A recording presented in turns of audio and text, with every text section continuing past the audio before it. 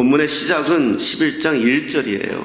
1절에 이렇게 말씀합니다. 어떤 병자가 있으니, 이렇게 시작해요.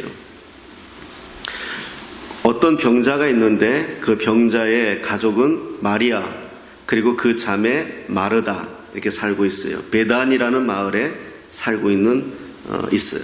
이 어떤 병자의 이름은 나사로라. 성경에는 가족을 소개할 때 이 전체를 소개하지 않으면 우리는 없다라고 생각을 해요. 그래서 아마 이 세 남매만 살고 있지 않을까, 부모가 없지 않을까, 이렇게 유추합니다. 그런데 그 관계가 예수님과의 관계는 어떠느냐 하면 2절에 보니까 마리아는 향유를 주께 붓고 머리털로 주의 발을 닦던 자요, 병든 나사로는 그의 오라버니더라, 이래요.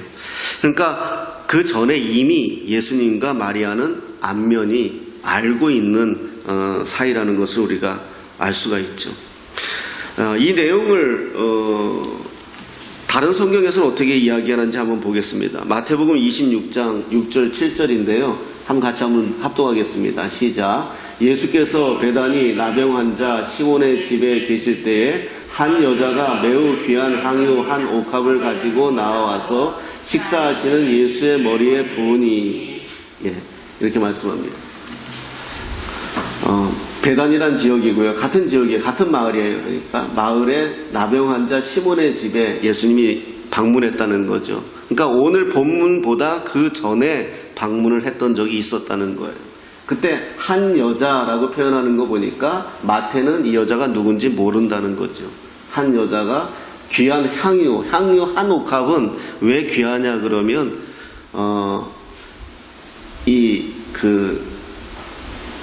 그 당시에는 화폐가 없으니까, 화폐가 있어도 화폐가 있어요. 오해하지 마세요.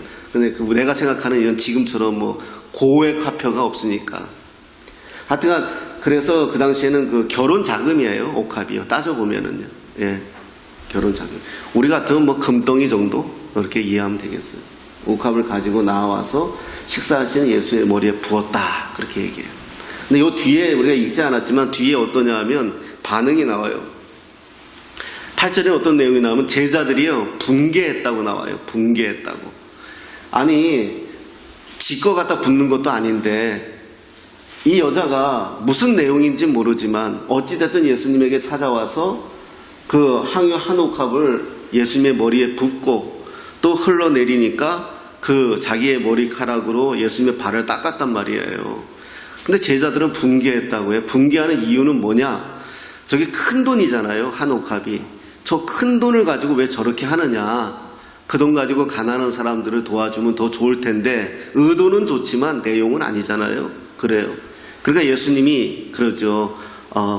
내 장례를 위해서 미리 준비한 거다, 이렇게 예수님이 말씀하세요. 어찌됐든 간에 이런 그 관계가 있어요. 예수님과 잘 아는 사이라는 거죠. 3절에 보니까 누이들이 예수께 사람을 보내요. 11장 3절이요. 요한복음. 이르되 주여 보시옵소서 사랑하시는 자가 병들었나이다, 그래요.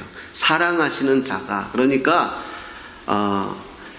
이 향유옥합 이 사건 말고도 이미 교류가 있었다는 것을 우리가 알 수 있죠. 적어도 예수님이 사랑한다는 것을 표현했거나 어떤 그걸 가지고 있으니까, 근거가 있으니까 사랑하는 자가 이렇게 표현하겠죠.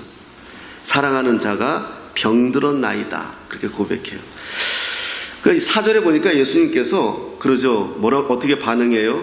이렇게 반응해요. 이 병은 죽을 병이 아니라 하나님의 영광을 위함이요 하나님의 아들이 이로 말미암아 영광을 받게 하려 함이라, 이렇게 얘기해요. 뜬금없는 얘기 아니에요. 오라버니가 그 병자인데 병들었나이다 한 것은 문제가 있으니까 예수님께 부탁을 했는데 예수님의 반응은 어때요? 죽을 병 아니야. 하나님의 영광을 위하여 있는 거야. 이렇게 대답을 해요. 아마 예수님처럼 이렇게 지금 목회하면 성도들 다 도망갈 것 같아요. 집에 신방 환자가 있어가지고 집에 신방 와서 기도 좀 해주세요 그랬더니 걱정하지 마. 죽을 병 아니야. 하나님의 영광을 위하여 그렇게 말한다면 뭐라고 하겠어요. 근데 이것도 예수님 거짓말 하신 거예요. 죽어요. 죽잖아요. 우리 알아요. 그런데 이렇게 말씀하신단 말이에요. 저도 고민을 많이 했어요. 이 본문을 가지고 이렇게 말씀을 꼭 하셔야 되겠는가라는 생각이 들었고, 여기에는 하나님의 어떤 의도가 있을까 그런 생각이 들어요. 자, 여기에는 무슨 차이가 있죠? 하나님은 내일 일을 다 알아요. 앞으로 벌어질 일을 다 알아요. 문제는 뭐죠? 우리는 몰라요. 자, 분명히 나사로가 죽어요. 아세요. 그런데 예수님이 나사로를 살릴 거를 예수님은 알아요. 그러니까 예수님은 그렇게 말씀하시는 거예요. 근데 우린 몰라요. 그러니까 의심이 드는 거죠. 그리고 원망이 생기는 거죠. 이게 차이예요. 그리고 또 좀 더 깊이 생각해 봤어요. 여기에 무슨 의미와 의도가 있을까, 이 말씀에. 자, 보세요. 제가 오늘 고난을 받아요. 그래요. 여기서 내가 만만한 친구가 우리 아들내미니까 아들 이야기 할게요. 아들이, 이렇게 말하면 안 되는데, 이 말이 이게 굉장히 안 좋은 건데, 하여튼 그래. 하여튼 큰 병에 걸려요. 예? 난 하나님께 기도해요. 내 아들 살려달라고. 그죠? 그래서 나는 얼마나 기도하겠어요. 애비니까. 기도하잖아요. 성도가 아파도 눈물로 기도하는데, 자식이 아픈데 기도 안 하겠어요? 기도하잖아요. 근데 난 원망이 생기겠죠. 하나님, 내가 평생 개척교회 목사, 평생 목회하느냐고 아들 하나 돌보지 못했는데 이놈아 이렇게 데려가면 어떡합니까? 난 기도하겠죠. 나중에 원망이 생기지 않을까요? 그런데 만약에 시간이 얼마나 지나서 정말 기적같이 우리 아이가 건강해졌어요. 난 할렐루야 하겠죠?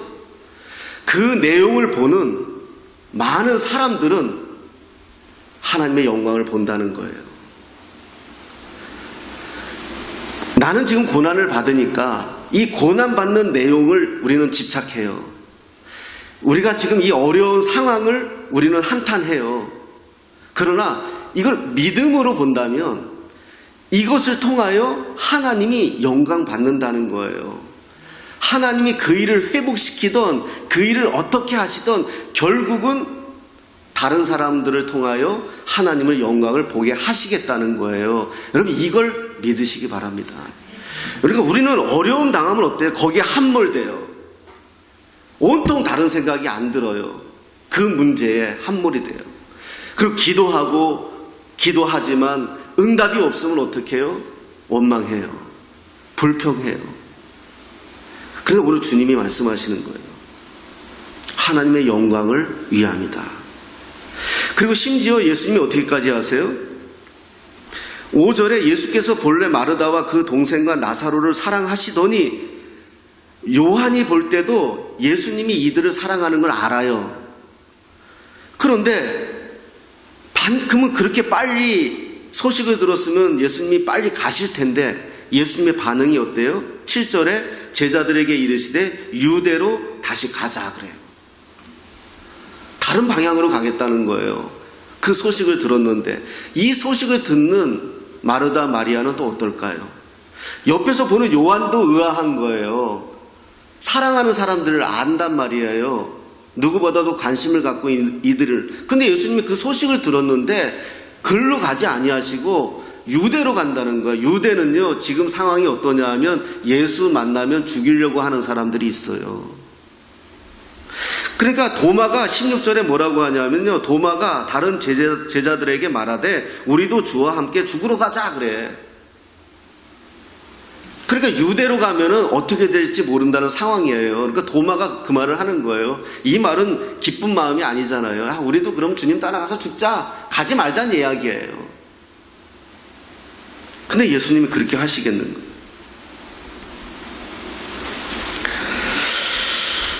우리는요 항상 오늘 말씀을 보면서 저도 계속 고민하고 이 말씀 안에서 생각한 게 뭐냐 하면 신앙은 뭘까요? 믿음은 뭘까요? 믿는 거예요. 예수님 믿는 거예요. 우리가 잘못하면 우리의 카테고리, 우리의 생각 안에 하나님을 가두어요. 그리고 내 생각대로 일들이 되어지지 않으면 우리는 믿음이 약해져요. 그건 뭐예요? 그게 교만이잖아요. 내가 생각하는 바대로 의도대로 되어야지만 다 잘 되는 거라고 믿잖아요. 그런데 하나님이 가만히 계시면 뜻이 있어요. 그래서 칼빈이라는 신학자는 하나님이 가라 하면 가고 서라 하면 서자, 성경이 가라 하면 가고 성경이 서라 하면 서자, 그게 칼빈의 신앙의 모토였어요. 그러니까 신앙은 뭐예요? 믿음은 뭐예요? 내 생각을 빼는 거예요. 그것을 어떤 선교사님은 내려놓음이라는 책으로 베스트셀러가 됐잖아요. 신앙은 내 생각을 내려놓는 거예요. 내 생각을 내려놓고 하나님의 뜻을 앞세우는 거거든요.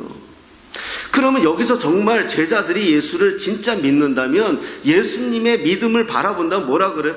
이 생각하면 안 되죠. 우리도 주와 함께 죽으러 가자 이렇게 반응하면 안 되죠. 아, 주님이 뜻이 있는가 보다. 주님이 더 급한 일이 있는가 보다. 그게 믿음이죠. 우리는 수없이 이 싸움을 한다는 거예요. 21절에 이렇게 말해요. 마르다가 어떻게 반응하냐 하면요, 마르다가 예수께 여짜오되, 이제 예수님이 오셨어요. 주께서 여기 계셨더라면 내 오라버니가 죽지 아니하였겠나이다. 그래요. 마르다의 믿음이 참 대단하죠. 그러니까 오빠는 죽었는데 벌써 나흘이나 되었다고 17절에 보면 나사로가 무덤에 있은 지 이미 나흘이라 그래요. 나흘이 지나서 예수님이 도착한 거예요. 그러니까 마르다는 그 오신 예수님을 붙잡고 얘기하는 거예요. 예수님이 여기 계셨더라면 우리 오라버니는 죽지 않겠습니까? 이 믿음도 대단하잖아요.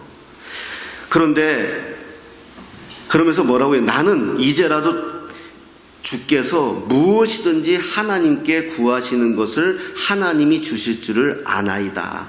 여러분, 이게 마르다의 신앙 고백이에요. 22절에 정말 밑줄 쫙 하세요. 그러나 내 오라버니가 죽지 아니하였겠나이다. 그러나 나는 이제라도 주께서 무엇이든지 하나님께 구하시는 것을 하나님이 주실 줄을 아나이다. 아멘.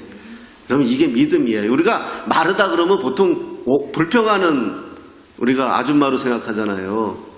마르다와 마리아 그 사건 알잖아요. 마리아는 예수님의 발밑에서 말씀을 듣고, 마르다는 예수님 밥 해줄 거라고 하다가 짜증나니까 예수님 쟤 좀 나하고 좀 같이 좀 일 좀 하게 하세요. 이것만 생각하니까 마르다가 좀 불평하는 여자로 생각하는데 아니에요. 마르다의 믿음이 이 정도예요. 지금이라도, 이제라도, 여러분, 이게 우리의 신앙이 되시기를 예수님의 이름으로 축복합니다. 이제라도, 주여 지금이라도, 주여 이제라도 주님이 하시면 될 줄을 믿습니다. 여러분, 이 믿음이에요. 그때 예수님이 어떻게 반응해요? 네 오라비가 다시 살아나리라. 성경 보면은요, 항상 신앙 고백 다음에 역사가 있어요. 정말 그래요. 하나님이 진짜 길거리 가다가 누구 고쳐주어도 그냥 뜬금없이 고쳐주지 않아요. 고쳐줘요. 네가 고쳐지기를 믿느냐라고 묻던가, 아니면 누군가의 수고를 치하해주고 고치던가. 하나님이 지금이라도, 이제라도 구하시면 주실 줄을 아나이다 할 때 예수님이 네 오라비가 다시 살아나리라. 마르다가 이르되 마지막 날 부활 때에는 다시, 그러니까 마르다는 지금 오해한 거예요. 마르다의 믿음은 부활신앙이에요. 마르다는 어떻게 오해했느냐? 이 예수님이 네 오라비가 다시 살아나리라, 지금 살아난다고 믿지 못하고, 그럼 믿지 못하죠. 못하고 다시 부활의 때에, 그때 오라비가 살아날 줄을, 부활 때에는 다시 살아날 줄을 내가 아나이다. 그렇게 고백하는 이것도 굉장한 믿음이잖아요. 저와 여러분들 중에 우리가 부활신앙 확실히 갖고 있습니까?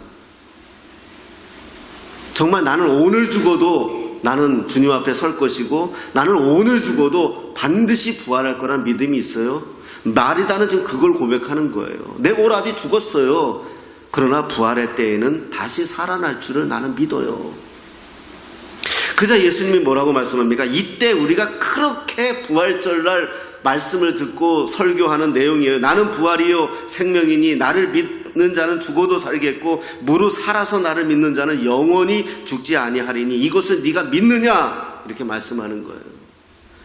여러분 정말 이것을 믿습니까? 정말 나는 죽어도 살겠고 살아서도 내가 영원히 죽지 않는다는 거, 이게 우리 기독교예요. 기독교는 사람의 감정을 행복하게 해주고 이 세상에서 복받아서 정말 잘 살게 하고, 그건 보너스예요. 정말 우리 기독교의 핵심은요 부활이에요.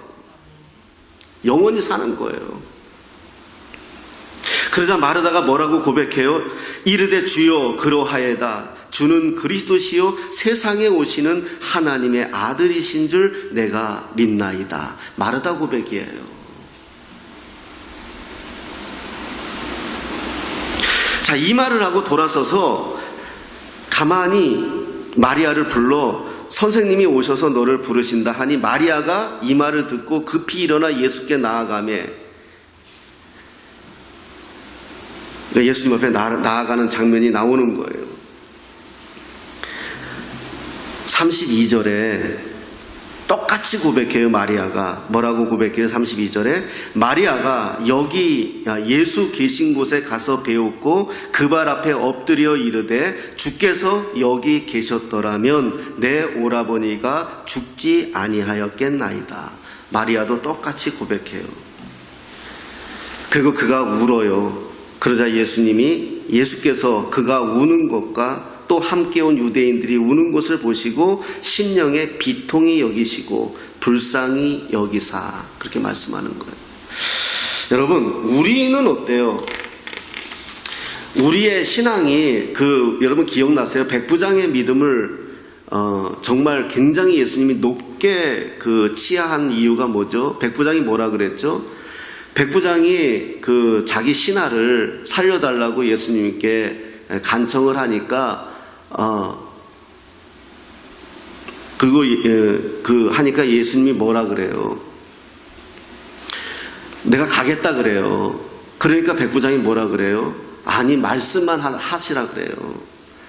백부장이면 로마 군대에 지금으로 말하면 중대장급이잖아요. 한 100명 정도, 100명은 사실 안 나, 7, 80명 정도 되는 부하를 둔 장교예요. 로마 군인이란 말이에요. 이방인이란 말이에요. 그럼에도 불구하고 자기 신하를 위해서 예수님께 간청하는데, 예수님, 그러니까 자기도 알잖아요. 자기도 명령만 하면 움직이는 걸 아니까 예수님이 말씀만 하시면 나을 겁니다. 그러자 예수님이 굉장히 그런 높이 평가해요. 이방인도 그래요. 근데 우리 어때요? 우리가 살면서 어떤 일을 경험하거나 우리의 뜻대로 되지 않으면 주님이 여기 안 계시나? 주님이 나와 함께 하지 않나? 그런 고민들을 해요. 그런 생각들을 해요. 잘 됐던 다 아무 생각 안 해요.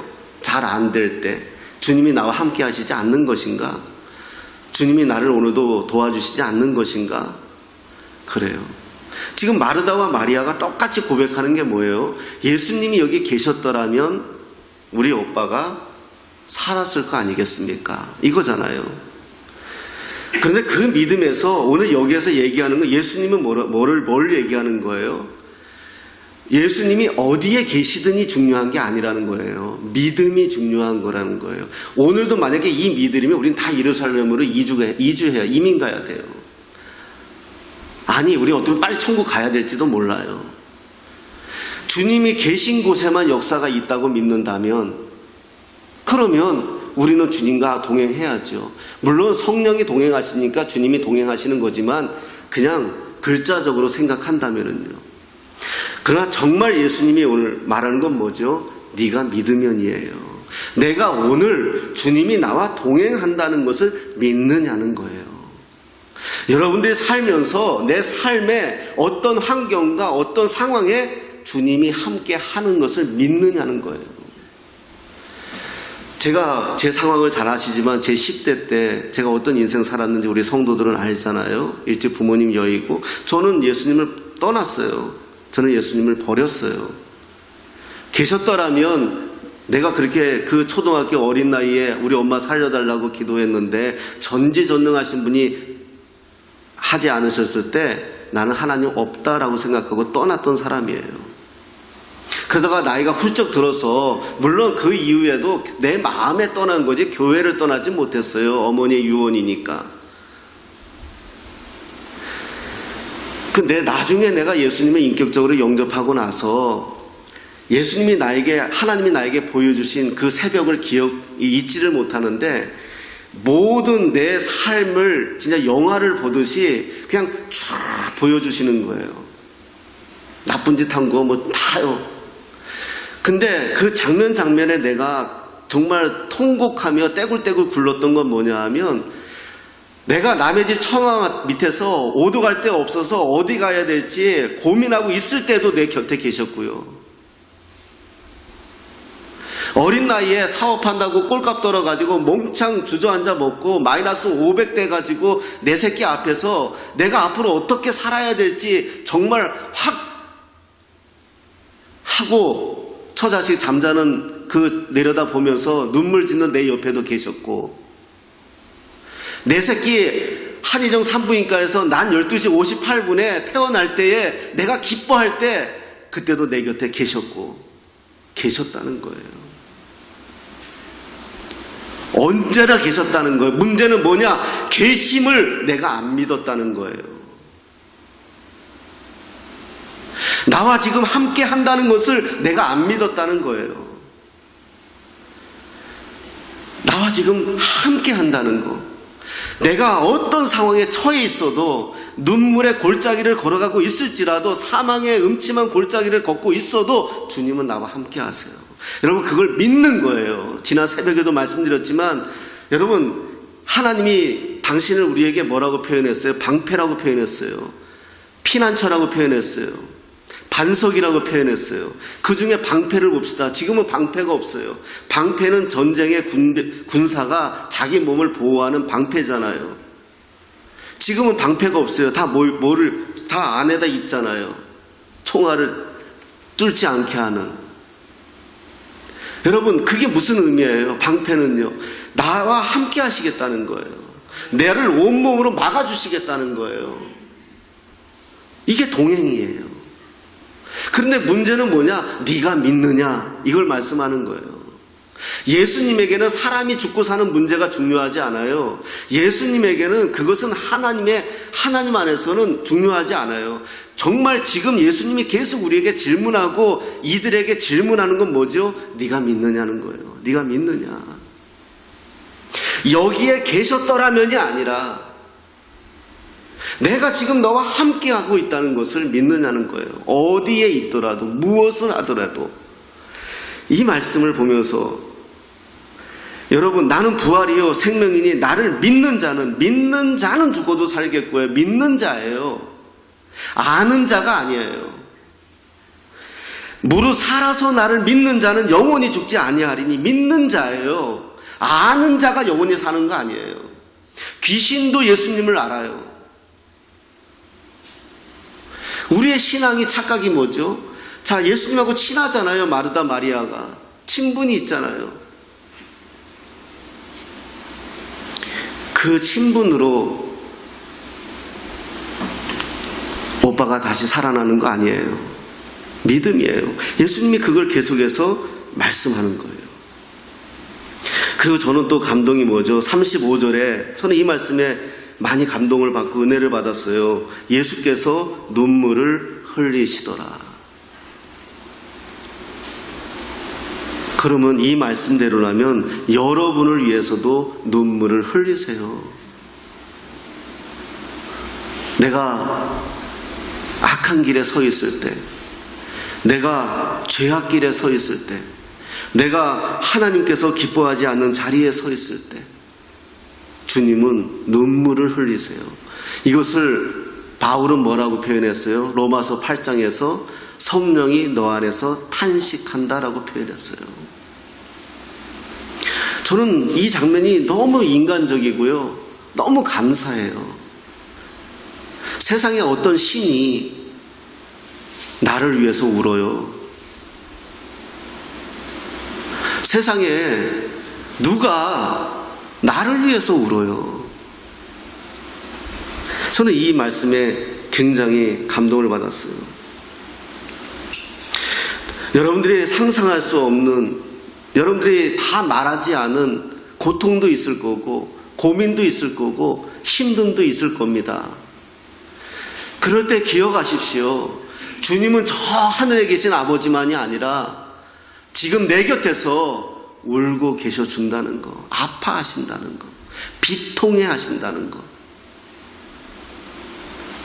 그게 주님과 우리의 관계예요. 자, 주님이 어떻게 이들을 반응해요?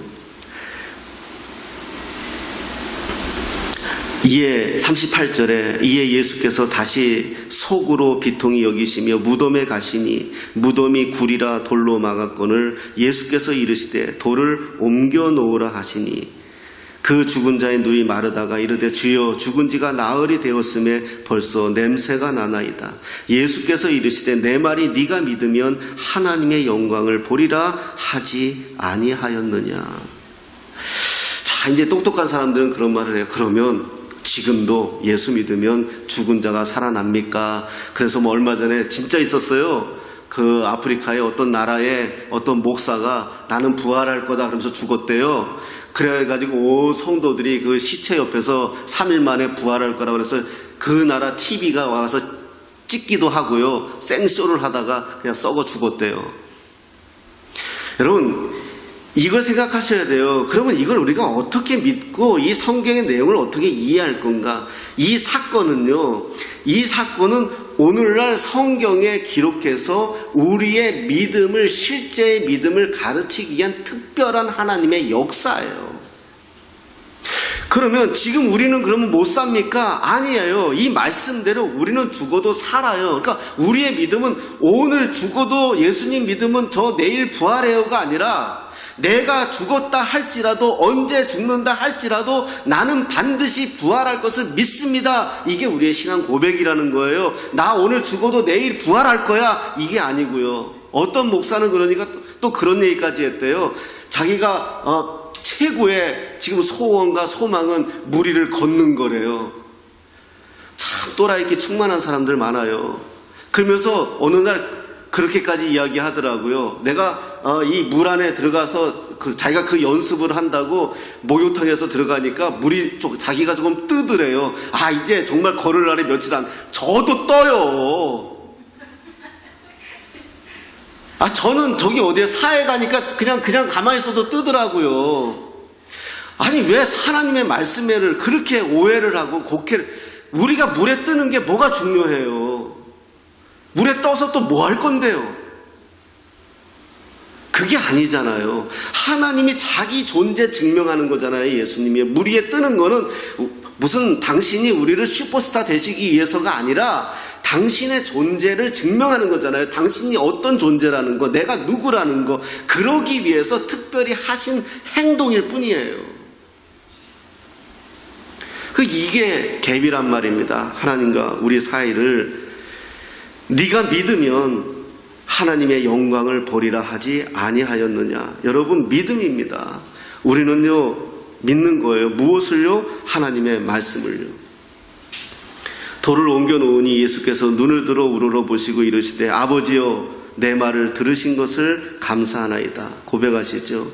항상 내 말을 들으시는 줄은 내가 알았나이다. 그러나 이 말씀하옵는 것은 둘러선 무리를 위함이니 곧 아버지께서 나를 보내신 것을 그들로 믿게 하려 함이니이다. 아멘. 여러분, 저도 뭐 신학교에서 강의를 하지만 선교학에서 제일 중요한 말씀 중에 하나가 이 본문이에요. 42절이요. 보냄을 받은 자는 보내신 분을 위하여 살아야 되는 거예요. 선교사는 내가 가서 하는 거 아니에요. 보냄을 받은 거예요. 그래서 지금 예수님이 그 모범을 보이는 거잖아요. 아버지께서 하시는 것을 당신이 하신다는 거예요. 철저하게 하나님의 영광을 드러내요. 성부 하나님을 드러내요. 목사든지 성도든지 우리의 삶은 항상 하나님의 영광을 드러내야 돼요. 어떤 목사들처럼 내가 기도하면 너 나을 거야 있다고 소리하지 못하게 해요. 내가 기도하면 네가 낫는 게 아니라 하나님이 함께 하시면 낫습니다라고 고백해야죠. 어떤 기도원 원장은 내가 기도하면 네 자식이 잘 될 거야 그래가지고 수억을 받아가고요. 그런 거 아니라는 거예요. 철저하게 우리는요 하나님의 영광이에요. 우리가 꿈꾸는 교회를 섬기고 있어요. 꿈꾸는 교회도 여러분들이 저를 보고 온 것이 아니에요. 하나님이 보내신 거예요. 그 보냄의 목적을 따라 우리는 사는 거예요. 여러분, 그 보냄의 목적대로 살지 않으면 우린 실망하고 넘어져요. 사람 보고 실망하고요. 환경 보고 실망하고요. 선교사가 선교 지역 가면 살 것 같아요. 가봤어요. 정말 처참해요. 정말 이 땅의 선교사들 저는 최고예요. 정말 그들을 하나님이 최고로 세워줄 줄 믿어요. 그들이 어때요? 다 자식들까지 데려간 분들도 있어요. 그 와중에 미국으로 유학 보내신 분들도 있지만은요, 대다수는 자식들과 함께 살면서 함께 먹으며 함께 살아요.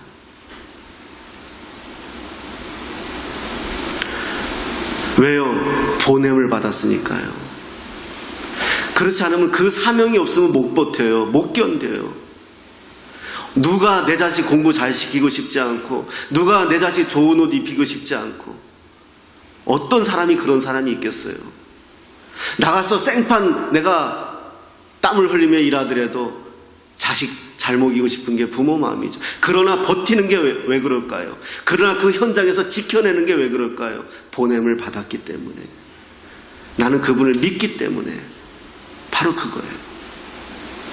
이 말씀을 하시고 큰 소리로 나사로야 나오라 부르시니 죽은 자가 수족을 배로 동인 채로 나오는데 그 얼굴은 수건에 쌓였더라. 이 말씀이 또 중요해요. 예수께서 이르시되 풀어놓아 다니게 하라. 여러분, 믿음은 행동이에요. 풀어놓아 다니게 하는 건 우리 몫이에요. 살리는 건 하나님의 몫이고요. 그가 살아나서 다니게 하는 건 우리 몫이에요. 오늘 이 말씀을 통해서 정리하겠습니다. 사랑하는 여러분, 오늘 말씀에서 우리가 정말 우리의 믿음을 다시 한번 바라보고, 그리고 부활의 주, 우리의 그 최고의 신앙의 하이라이트는 부활이라는 거, 나는 부활이요 생명이니, 이 말씀이라는 거. 우리의 믿음은 결국은 영원히 죽지 않는다는 것까지 간다는 거. 그 영원히 죽지 않는다는 것은 우리가 죽지 않는다는 게 아니잖아요. 우린 죽어요. 그런데 성경은 잠잔다고 표현해요. 그러니까 세상 사람들은 죽으면 끝인데 예수 믿는 우리는 영원히 죽지 않는다는 거예요. 여러분, 이 소망이 우리 그리스도에게는 가장 큰 소망이에요. 왜 그러느냐 하면은요, 사단이 지금도 왕노릇하고 있잖아요. 공중권세 잡은 자가 지금도 왕노릇하고 있어요. 주님 오실 때까지는요. 그래서 죄가 만연한 거예요. 그런데 이 공중권세 잡은 자가 제일 가장 강력한 무기가 뭐느냐 하면 죽음이에요. 사망이에요. 인간을 가장 약하게 만드는 게 사망이에요. 누구든지 죽음 앞에선 두렵고 누구든지 죽음 앞에선 변절하는 거예요. 죽음이 제일 두려워요. 그래서 우리를 좀 아프게 만들고 우리를 힘들게 만들면, 죽을 지경으로 만들면 다 정신 못 차려요. 그 죽음을 이기신 분이 예수라는 거, 그리고 친히 당신이 죽으시고 3일 만에 부활하셨다는 거, 이것이 우리의 믿음에 실제로 만들어진 사건의 내용이 오늘 본문이라는 거예요. 그러니 우리가 이 세상 살면서 죽음에 두려워하지 마시고요. 상황에 두려워하지 마시고요. 어떤 상황에서도 정말 우리가 소중히 들어야 될 것은 믿음이라는 것을, 우리의 믿음이에요. 믿음은 실상이잖아요. 본질이잖아요. 우리의 믿음은 이 세상에 하나님 믿는 것을요, 어떤 성적순으로 했다던가 어떤 인격순으로 했다던가 어떤 다른 방법으로 했다면 아마 저는 맨 뒤에 꼴등일 거예요. 줄을 선다 하면. 근데 하나님은 그것으로 우리를 판단하지 않으시겠다고 말씀하시고, 무엇으로? 예수를 믿으면. 하나님이 세상을 이처럼 사랑하사 독생자를 주셨으니 이는 저를 믿는 자마다, 믿음으로 우리를 결정하시겠다고 하시는 거예요. 우리가 하나님 앞에 유일하게 내놓을 수 있는 것은 믿음이에요. 다시 한번 우리의 믿음이 어디에 있는지, 마르다와 마리아처럼 여기에 계셔야지만 내 오라비가 사는 것처럼 생각하고 있지는 않는지요. 오늘도 주님이 나와 함께 해야지만 멀리 계시면 안 된다고 생각하지는 않는지요. 오늘도 주님이 나와 동행한다는 사실, 우리의 믿음을 다시 한번 정리하시고요. 내 믿음이 어디에 있는지 점검하시고요. 다시 한번 이 믿음을 붙들고 이 믿음대로 살아내면 주님이 말씀하신 것처럼 나는 부활이요 생명이니 나를 믿는 자는 죽어도 살겠고 무릇 살아서 나를 믿는 자는 영원히 죽지 아니하리니 이것을 네가 믿느냐? 아멘. 믿습니다. 네가 믿으면 하나님의 영광을 보리라. 그 믿음이 저와 여러분들의 믿음이 되시기를 예수님의 이름으로 축복합니다.